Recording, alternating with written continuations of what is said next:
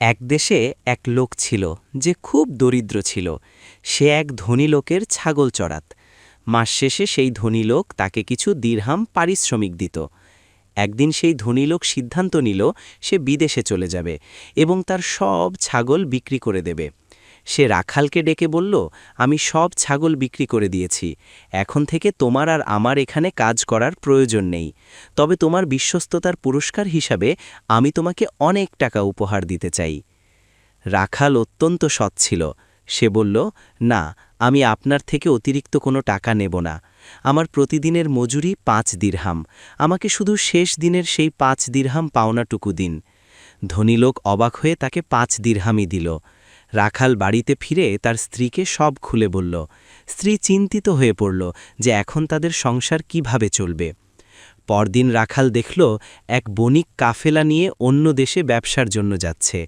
রাখাল ভাবল তার কাছে থাকা শেষ 5 দিরহাম সে বণিককে দেবে, যাতে বণিক তার জন্য বিদেশ থেকে কোনো লাভজনক কিছু নিয়ে আসে। সে বণিকের কাছে গিয়ে অনুরোধ করল। বণিক প্রথমে 5 দিরহাম দেখে অবজ্ঞা করলেও পরে রাখালের জোরাজুরিতে টাকাটা নিল। বিদেশে গিয়ে সব কেনাকাটা শেষে বণিক দেখল রাখালের 5 দিরহাম পড়ে আছে। সে বাজারে গিয়ে দেখল এক ব্যক্তি একটি মোটাসোটা বিড়াল বিক্রি করছে।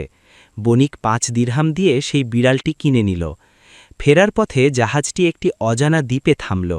সেই দ্বীপের রাজা এবং প্রজারা বণিককে আপ্যায়ন করল, কিন্তু খাওয়ার সময় দেখা গেল হাজার হাজার ইঁদুর এসে সব খাবার নষ্ট করে দিচ্ছে।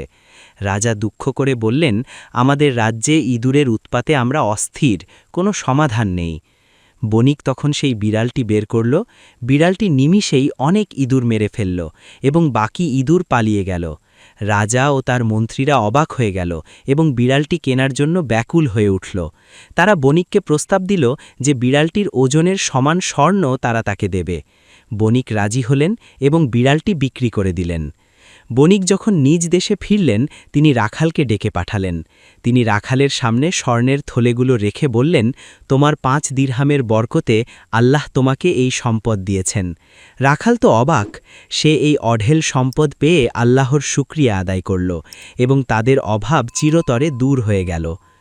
গল্পের শিক্ষা: সততা এবং অল্পে তুষ্টি থাকলে আল্লাহ মানুষের ভাগ্যে অকল্পনীয় বরকত দান করেন।